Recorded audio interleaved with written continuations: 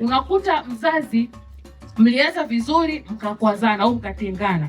Sasa unakuta kwamba kwa kuwa umetengana na mwenzako, basi hutoi matunzo ya watoto wala kwa ule mwanamke. Hata kama mmetengana, lakini si mzazi mwenzako, ni haki yake. Hata kama nyinyi mmegombana, wape basi haki wale watoto. Wewe kama baba pia, sio baba tu, pia hata kuna wamama ambao pia nyie mnatelekeza pia watoto wenu, mnakimbia. Kwa hiyo naomba ufike kwa baba mwenye changamoto yoyote pia. Naamini mtanipa ushirikiano katika kutokomeza ukatili. Si ndio hivyo? Si ndio hivyo Borisa? Sisi hapa tunapita kata kwa kata. Tukitoka hapa kesho tunaenda kata nyingine.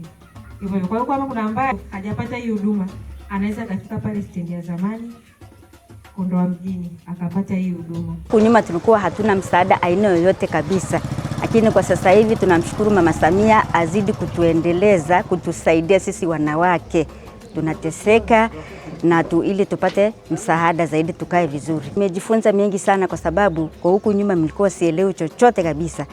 Nimejifunza mengi kwa kuweza kutoa malalamiko yangu na kusaidiwa kwa haya yaliyoko tufikia kwa siku ya leo. Nani tuna haja sana iendelee na ili tuendelee kutusaidia, idumu na iendelee kutusaidia. Na huduma hizi ni bure. Haki imefika mlangoni na haki tutaweza kuitumia kama alivyotuwezesha. Tunamwombea Mungu, tunamshukuru amlinde.